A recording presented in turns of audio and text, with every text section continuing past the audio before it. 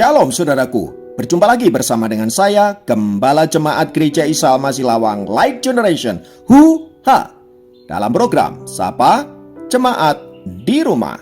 Tetap semangat, tetap berpengharapan, dan harus selalu yakin menjadi pemenang-pemenang di dalam Tuhan kita, Yesus Kristus. Firman Tuhan kali ini terambil dari 2 Korintus 13 ayat 5. 2 Korintus 13 ayat 5 berkata, "Ujilah dirimu sendiri, apakah kamu tetap tegak di dalam iman? Selidikilah dirimu sendiri, apakah kamu tidak yakin akan dirimu bahwa Kristus Yesus ada di dalam diri kamu? Sebab jika tidak demikian, kamu tidak tahan uji." Saudaraku, untuk mengetahui apakah kita seorang yang rohani atau tidak, membutuhkan sebuah tes atau alat untuk menguji hal tersebut. Kita harus yakin bahwa tes tersebut dapat diandalkan. Paling tidak ada 3 hal yang dapat kita pakai untuk mengetes apakah diri kita adalah seorang yang rohani atau tidak. Yang pertama, orang yang suka mendengarkan khotbah dengan baik belum tentu adalah orang yang berpola pikir rohani. Ada banyak orang pada zaman Yesus yang menikmati khotbah-khotbahnya, tetapi seperti yang Yesus gambarkan dalam perumpamaan tentang seorang penabur, demikian jugalah mereka itu melupakan khotbah tersebut segera sesudah mereka mendengarnya. Ada orang yang hatinya bagaikan tanah yang berbatu-batu, tanah yang dipenuhi oleh semak duri, atau tanah yang tipis. Matius 13 ayat 18 sampai 22. Memang tak dapat dipungkiri bahwa orang yang mendengarkan khotbah dengan baik, ia akan terbantu untuk memiliki kehidupan kerohanian yang baik pula.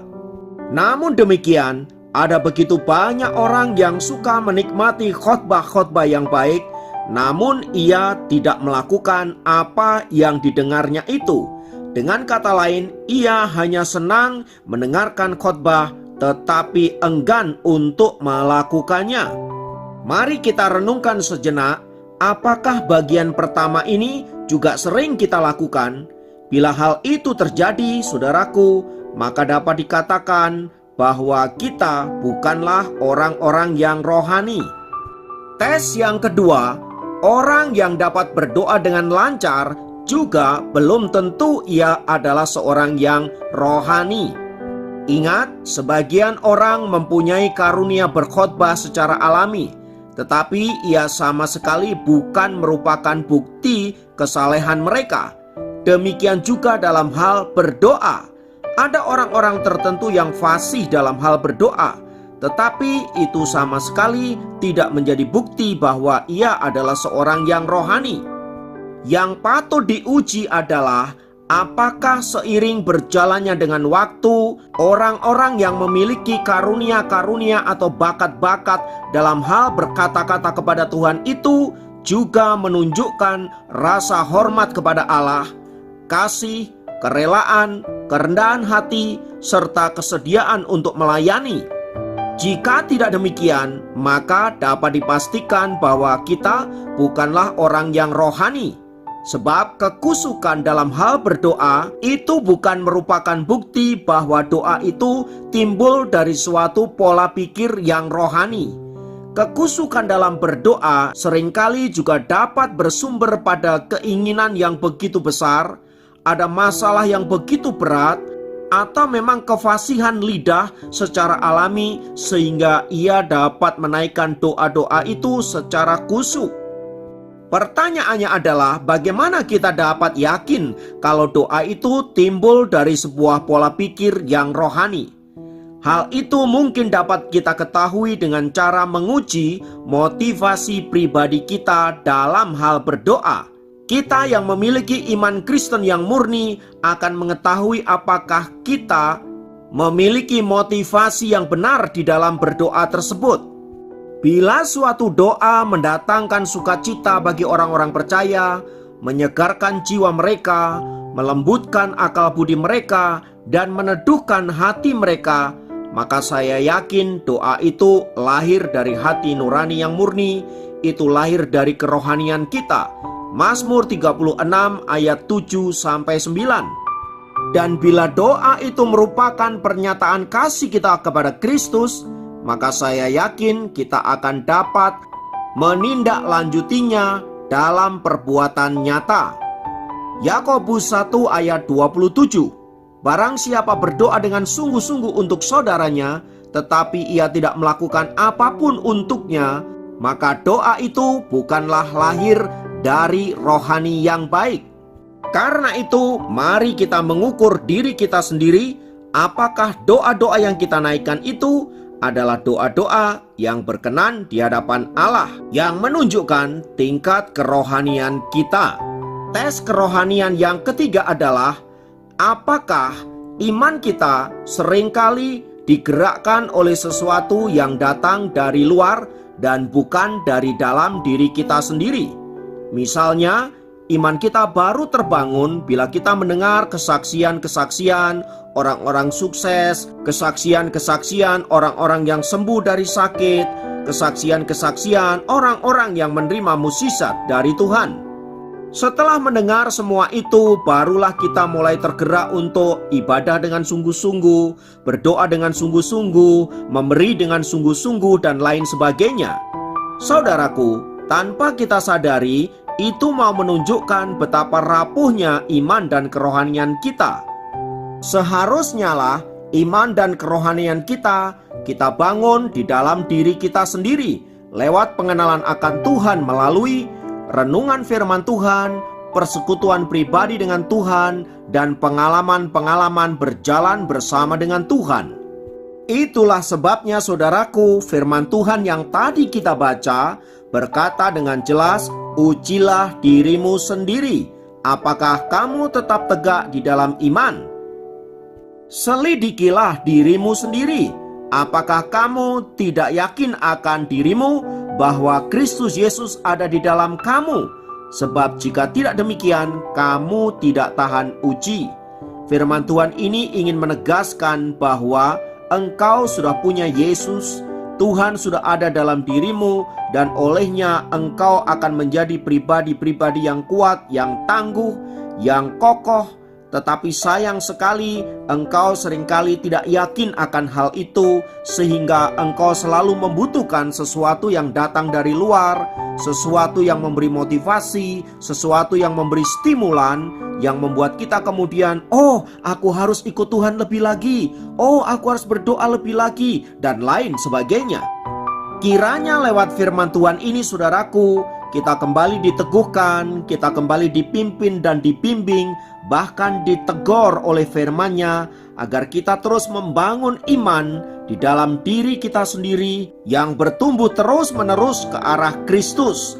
Dan biarlah olehnya kita menjadi anak-anak Tuhan yang kokoh, tidak mudah diombang-ambingkan oleh berbagai-bagai angin pengajaran, tidak mudah diombang-ambingkan oleh berbagai-bagai kesaksian orang-orang di luar sana, tidak mudah diombang-ambingkan oleh keadaan atau sesuatu yang menimpa kita, melainkan kita terus bertumbuh karena kita berjalan bersama dengan Kristus. Kiranya Tuhan memberkati. Mari kita berdoa. Kami naikkan pujian dan syukur buat anugerah-Mu, buat firman-Mu yang menegur kami untuk kami senantiasa fokus kepada Allah dan terus membangun iman kami, diri kami sedemikian rupa agar semakin serupa dengan Kristus. Terima kasih Bapa untuk kebenaran firman-Mu. Kiranya Tuhan memberkati setiap kami. Dalam nama Yesus, haleluya, amin. Demikian program Sapa Jemaat kali ini. Sampai jumpa dalam program Sapa Jemaat yang lain. Tuhan Yesus memberkati.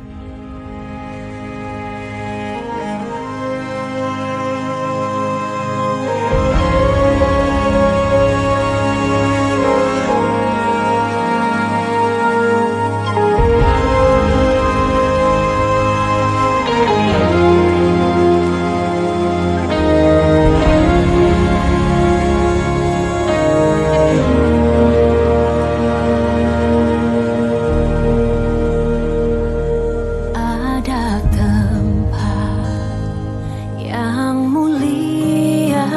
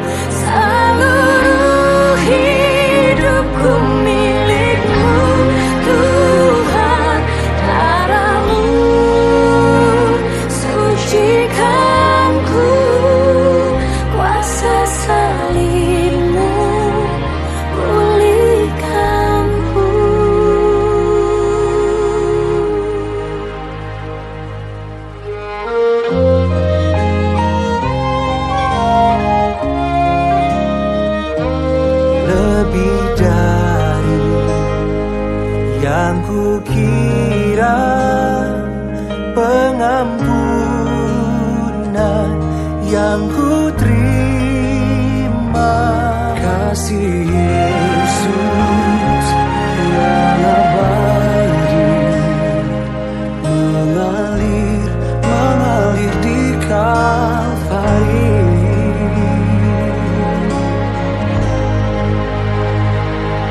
Oleh karena salibmu, seluruh hidupku milikmu, Tuhan.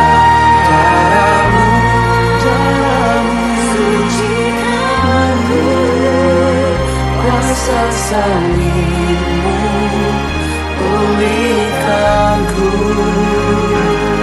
Oleh karena salibmu, seluruh hidupku, darahmu sucikanku, kuasa salibmu pulihkanku.